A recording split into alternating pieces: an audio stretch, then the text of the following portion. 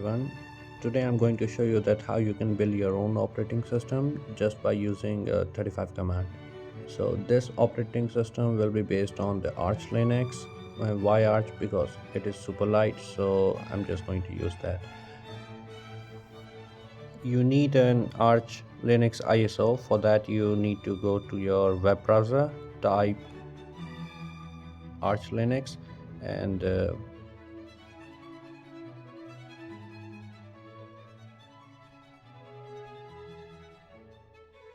as you can see, there are the plenty of options you can choose.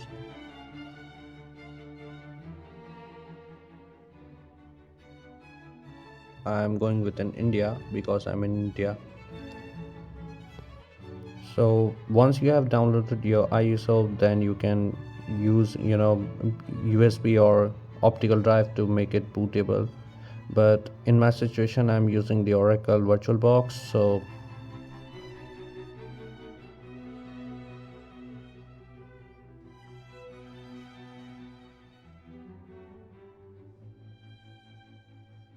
here you can see this is the installation console.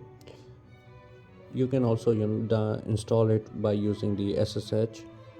In order to do that, we need to check our IP address. For that, I'm going to type the IP space A.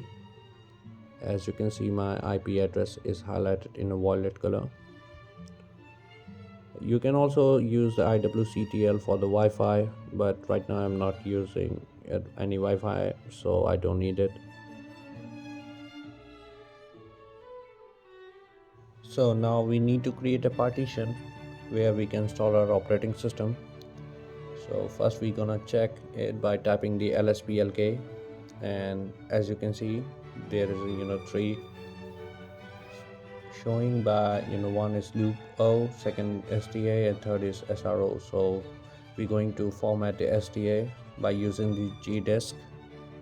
So we will gonna type gdisk space /dev /STA, and as you can see, it asking for the command. If you don't know, then you can type question mark,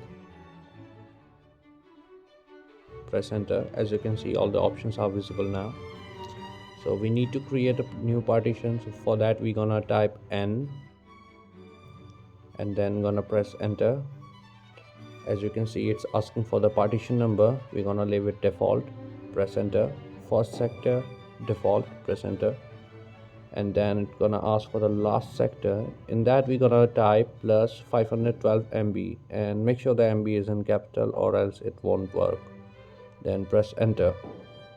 Now it's gonna ask for the hex code, and in the hex code we're gonna type EF00. Why? Because we need to mention it as a EFI partition, that's why.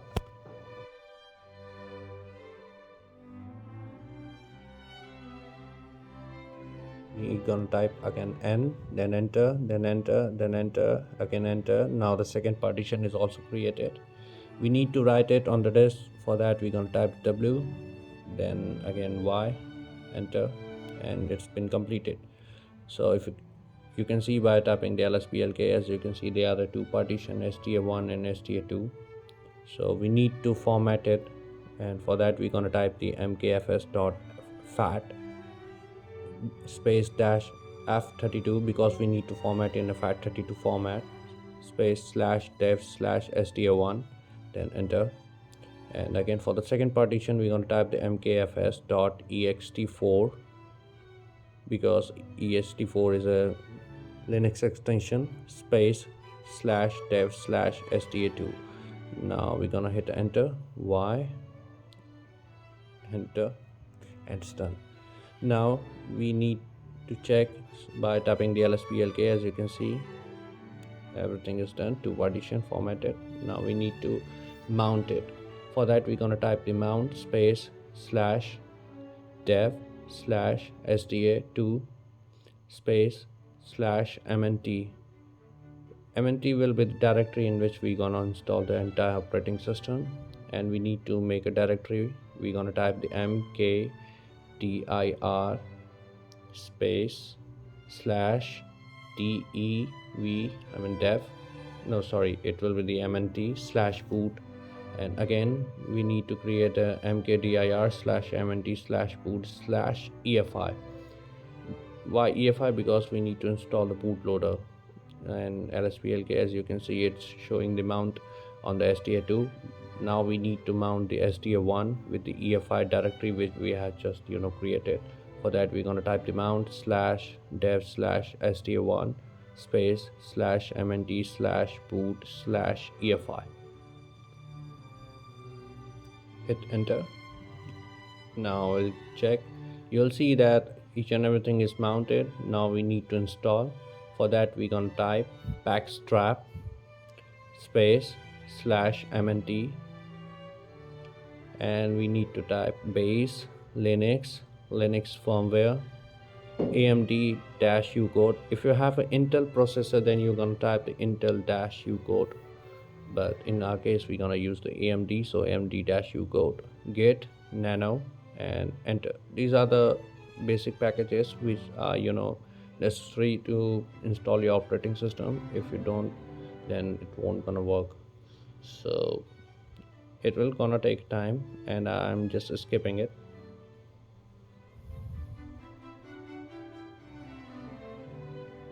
So installation is done. Now we need to create a fstab file. For that we're gonna type the gen fstab -U/mnt double greater than /mnt/etc/fstab, then hit enter. You can check it by typing the cat space /mnt/etc/fstab,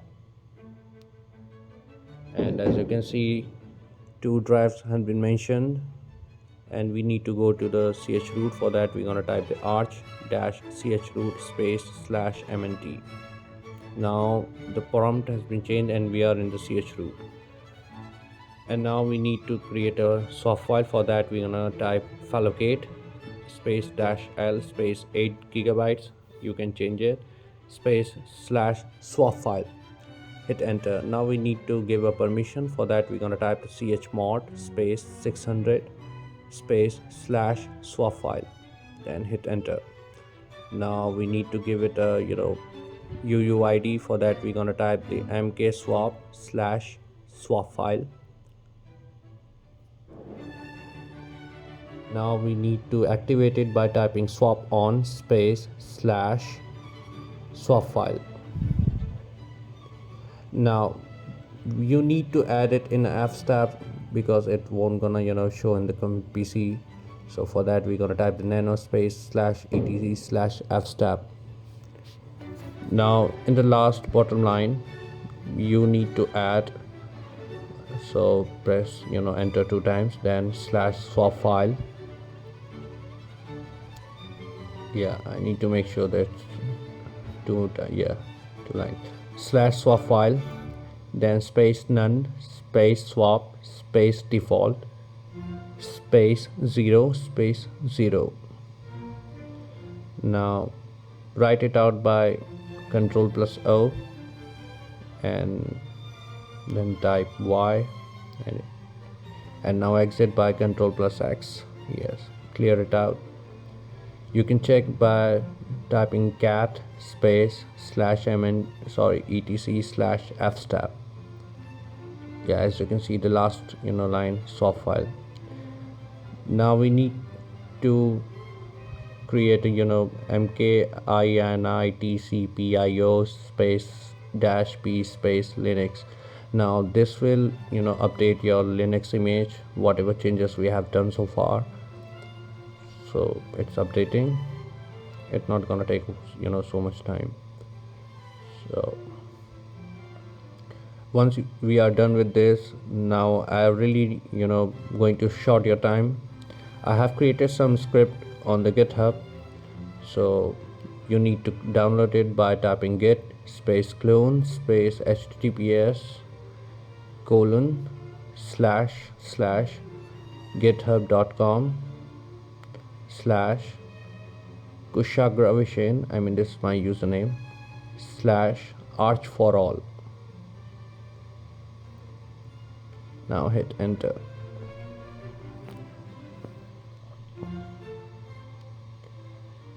Once the cloning is done, you can see it by tapping the ls. As you can see, Arch for all. Now we need to go into that directory. For that, we're gonna type the cd Arch for all.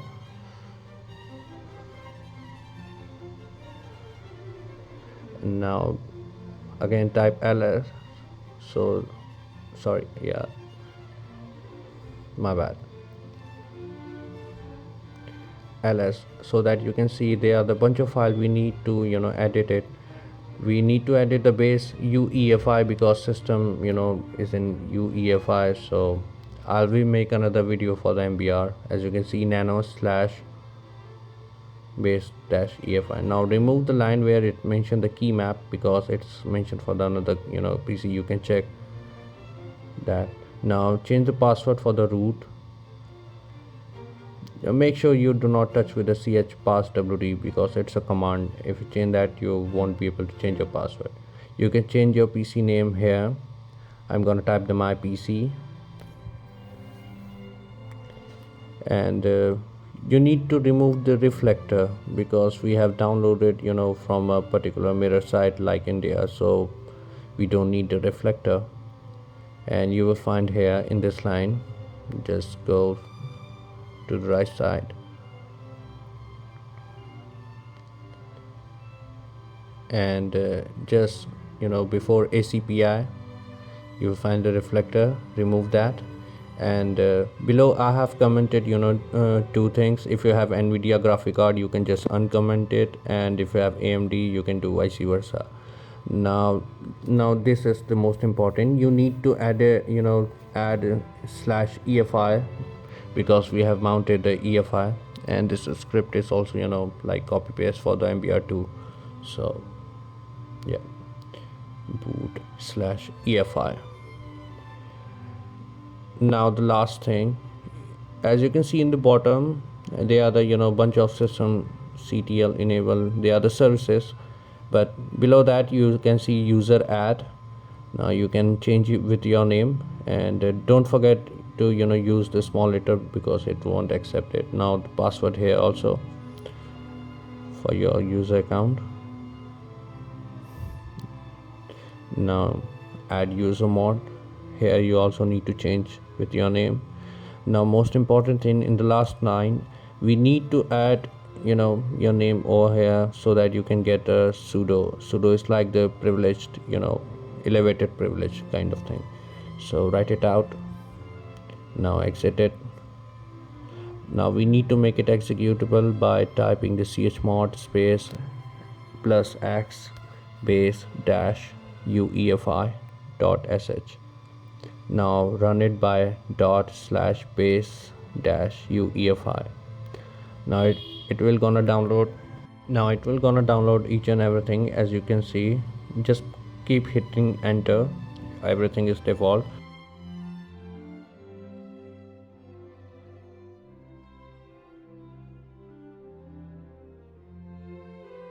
But here you can decide if you wanted to go with GNOME or the KDE. You can select it. I'm going with the GNOME, so 1, and the conflict if arise, then press yes, and again yes.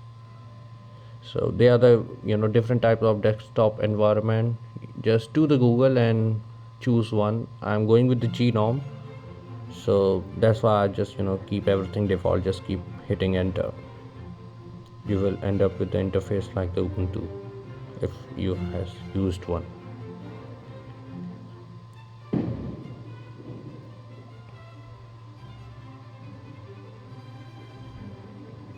Now everything is done. We need to exit it. So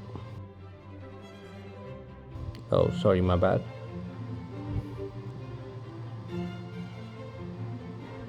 Now we need to type umount space -a.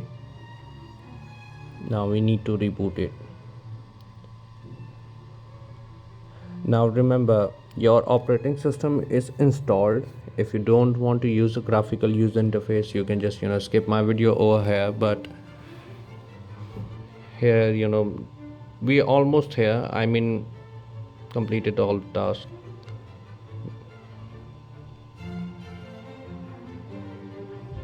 So here prompt, you can type your username, which we have typed in that screen, password, and voila, we are in the operating system. So first thing you need to do is make sure that everything is updated. For that, we're going to type the sudo pacman space dash capital SYUU. So it will gonna prompt for the password. Type it, wait for the synchronization. Everything is updated, nothing to do. Now we need to go move to the root directory and type sudo mv arch for all, then slash space slash home slash kushagra, then enter. I mean, whatever your name you will have, so that the earlier file which we have downloaded, it'll gonna move to the home directory. So after that, we're gonna type the sudo pacman space dash s gdm for the genome. And if you want to install the KDE Plasma, for that you're gonna type the SSTM. But we are installing genome, so we're gonna type GDM and press enter. Then again Y. So once it's done, we need to activate it, same as you have seen the systemctl on commands. We're going to use that. It will gonna take some time, so I'm going to skip it.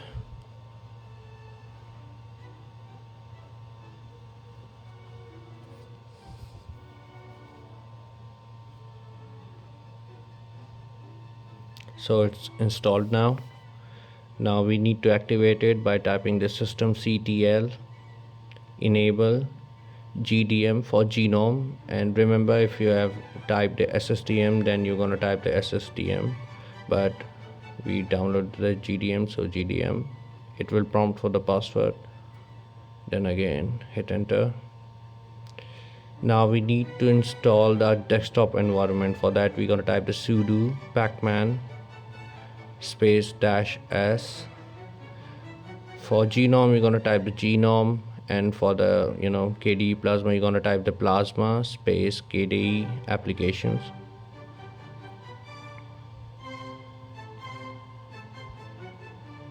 But in our case, we're gonna type the genome, and you can hit enter. It will be lightweight, but if you need a complete operating system, then you're gonna type the genome extra with the genome and hit enter.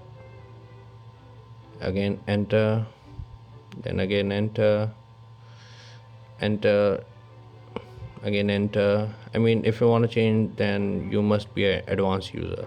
So here's the config, then press Y and hit enter, and again Y, and it will going to install.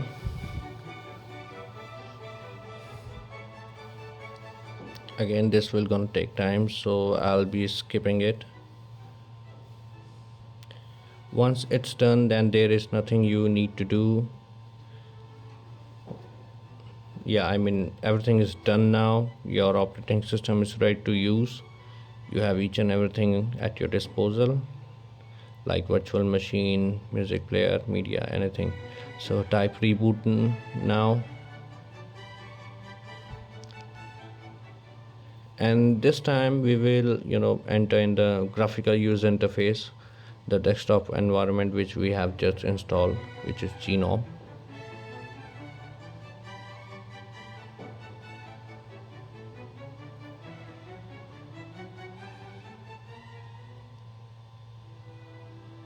See, voila, we're here. Now type the password.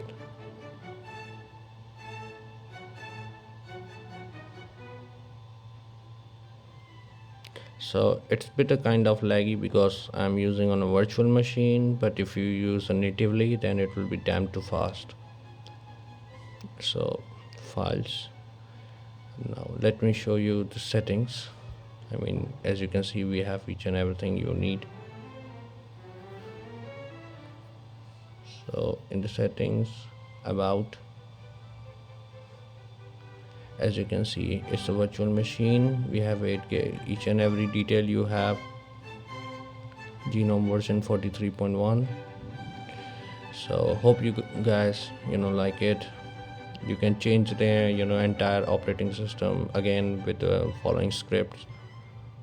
I mean desktop environment, pardon me. So subscribe it, like it.